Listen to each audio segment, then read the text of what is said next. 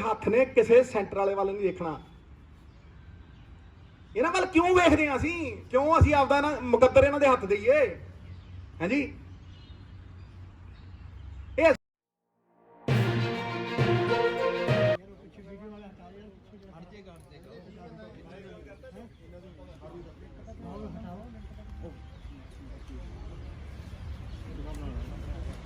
इतिहास गवाह है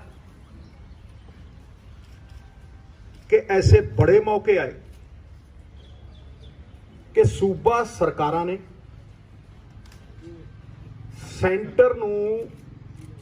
सेंटर दे आदेशां नूं नकारिया सिरे तो, चाहे वो अपनी डेमोक्रेटिक ताकत जिहड़ी लोकां ने उन्हां नूं दित्ती है वो वरत के, चाहे उन्हां दे चुने नुमाइंदियां ने लोकां दी ताकत वरत के, चाहे जिहड़ी विधान ने सूबा सरकारां नूं ताकत दित्ती है वो वरत के सिरे तो सेंटर दीआं हदायतां नूं लागू नहीं होण दित्ता। चाहे कावेरी रिवर वाटर इशूज होवे, चाहे SYL का मुद्दा होवे, स्टेट खड़े रहे ने और खड़ के आवाज बुलंद की है और कहा कि असी नहीं मानते और सिरे तो नकारते हैं और अपनी सरजमीन ते ये लागू नहीं होने देते। CA NRC ये कानून भी सेंटर ने बड़ा रीसेंटली पास करके लागू करने की कोशिश की, पर कई सूबिया ने सीधा सीधा नकारिया और लागू नहीं होने दिता। साडे कोल बहुत वड्डे ग्राउंड ने, नॉट ओनली टू डिफाई, सिर्फ डिफाई नहीं करना बट टू डिनाई। बहुत वड्डे ग्राउंड ने, ये पहला भी होया और हुण भी होना चाहिए, क्योंकि जिहड़े कानून ने ये अनकॉन्स्टिट्यूशनल ने, एक इलीगल ने, दो ये सूबियां दे कानून बनाउण दे अधिकार दे उत्ते एक बहुत बड़ा अटैक है। ये साडे पुरखियां दे दिते फैडरल स्ट्रक्चर दे उत्ते बहुत बड़ा अटैक है। ये ठीक है कि अज पंजाब ने और राजस्थान ने अमेंडमेंटा करके इन्हां कानूनां दा पुरजोर विरोध किया, होना चाहिए सी, शलाघायोग। लेकिन सानू पंजाब दे 3 करोड़ लोगों ने जिहड़ी डेमोक्रेटिक पावर दित्ती है उन्हां दियां एस्पिरेशनस नू मीट करन वास्ते कुछ होर मजबूत ठोस कदम चुकण दी जरूरत है।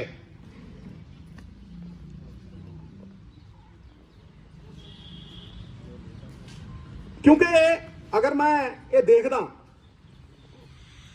अज इन्हां कानूनां वाल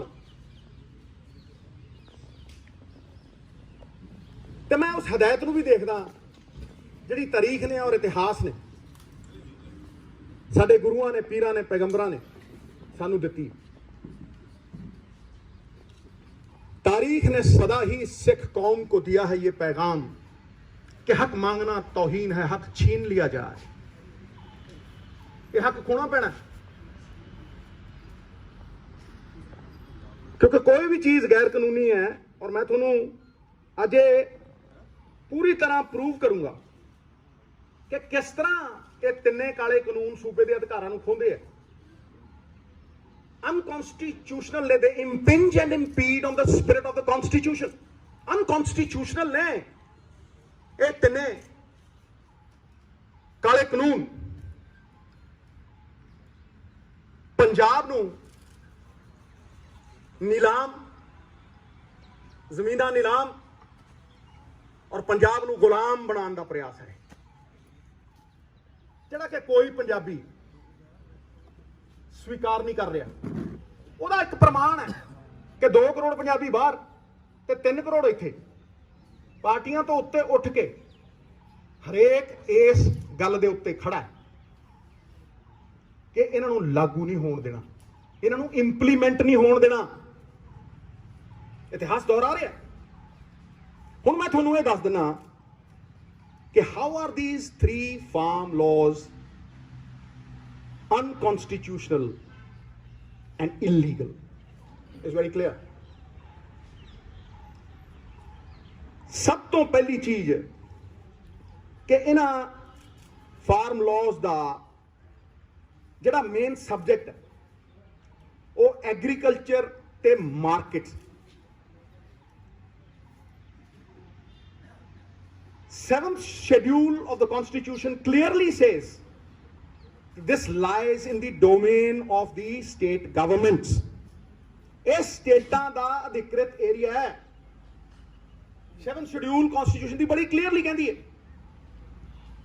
हुणे एक सेंटर वाले जिहड़े ने एक शब्दां दा जाल बुण के अफसरां द्वारा बनाया होया एक शब्दां दा जाल बुण के ਇਹ कहना चाहते हैं भी असी ते कॉन्करेंट लिस्ट दे उत्ते कानून बनाए,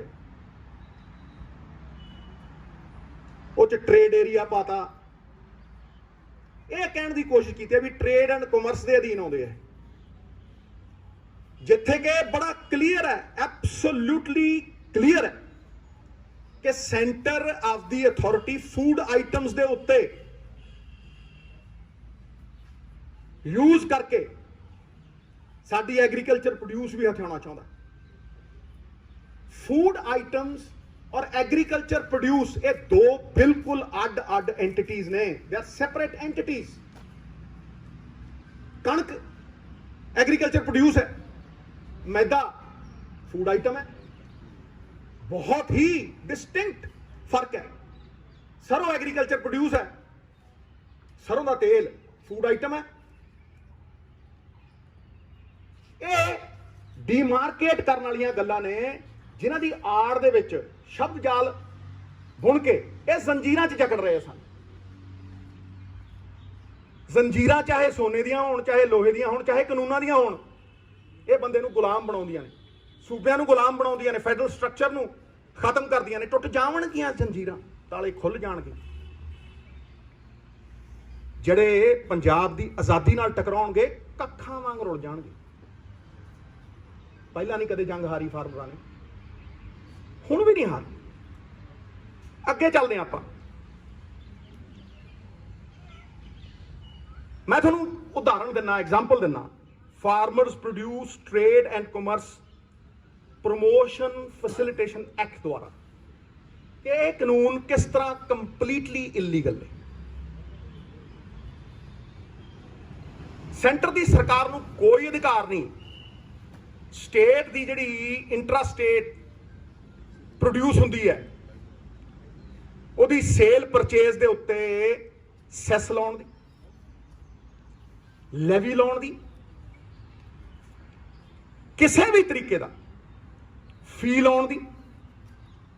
Section 6 of the Act encroaches on the state's right to charge market fee, cess, levy in its territory,